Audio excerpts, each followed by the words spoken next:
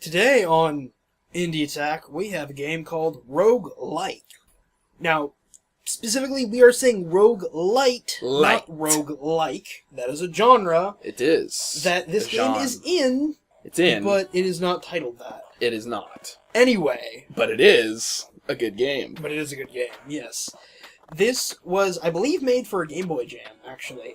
Right. So, quite impressive, considering those are only a few days long. Yeah. Super awesome.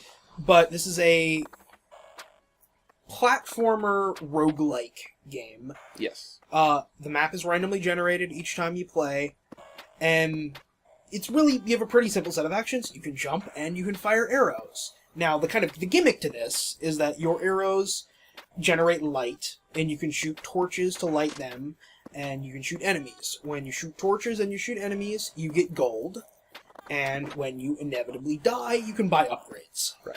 Which is very, a la Rogue Legacy. Yes. Very similar. It's very similar to Rogue Legacy. If Rogue Legacy were on the Game Boy and themed around light generation, Right. it would probably be this game. And I don't know if you said, but the map is not fully illuminated. There's basically a part. The map around is here. very dark. Yeah, yes. the map is and so it's basically, if you can imagine Rogue Legacy with a whole extra layer of difficulty where you can't even see what's coming unless you light the way with There's arrows. like some random torches that'll Yeah. But the main gimmick for lighting stuff is that you can hold and charge your arrows, and you will have sort of a torch use while that's out. Yeah. And you can shoot the lanterns in the levels to light them. Yes. But you have a very limited number of arrows with which to do that. Finite, yeah, your attacks are finite. But they you can collect more throughout the levels and everything. Right, yeah, and you can start out with more as you go.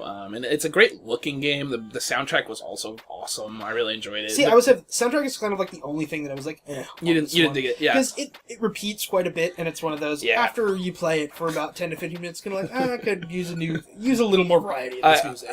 I found this game pretty difficult, so I think you probably played it more. Maybe you reached that point of frustration, because I found it to be very. I enjoyed it, and I'm going to revisit it, but I found that in this headspace I was at while playing it, I died quite a bit and found it very difficult. There is apparently a boss in this game, which is the end goal. Yeah, is to eventually kill that boss. So I may boot it up and play it again to get to that boss, because I really, really enjoyed this game. Definitely, yeah. This is one of the better games we have played for this so far. I would say so, absolutely. I think as far as like a game, it's a really well-made game. All of the stuff, the mechanics, everything, it feels good. It's challenging, but that is not a negative thing. Yeah, and normally I don't really like randomly generated levels. Yeah. I kind of have a thing about that. Yeah. But this, considering the scope of this game, and I don't really mind them all that much. If you're, a team of a couple of small people, randomly generated levels make a lot of sense. And they're not bad here by any means. It doesn't feel too... It's definitely maze-like, but it doesn't really feel too bad. Yeah, there's definitely, exploration is a big part of it, and, it's, also, yeah, again, to reiterate, the look of it, the Game Boy look, like, there's just the shades, the shades of gray that you're in, like, it's gorgeous, man. I was really impressed by that, too. And I would also say roguelikes as a genre are something that I am not extremely fond of, just because punishment for death is usually not something I don't really like it too much, honestly. It's like, death is usually punishment enough, and I say that I really like really hard games. I just don't like to punish them. I just don't like punishment to be punished, when I die too much. Right, it's the bad suck of it, But this kind of alleviates that, because as soon as you die, you get to upgrade and make yourself more powerful. Right, that's the thing, and that's in Rogue Legacy, I think why it was so successful is because it didn't have that. I've played I've played some roguelikes, and I really like the genre, but there's games like that are really hard, and that don't give you anything, and you start from scratch every time, and it's brutal, and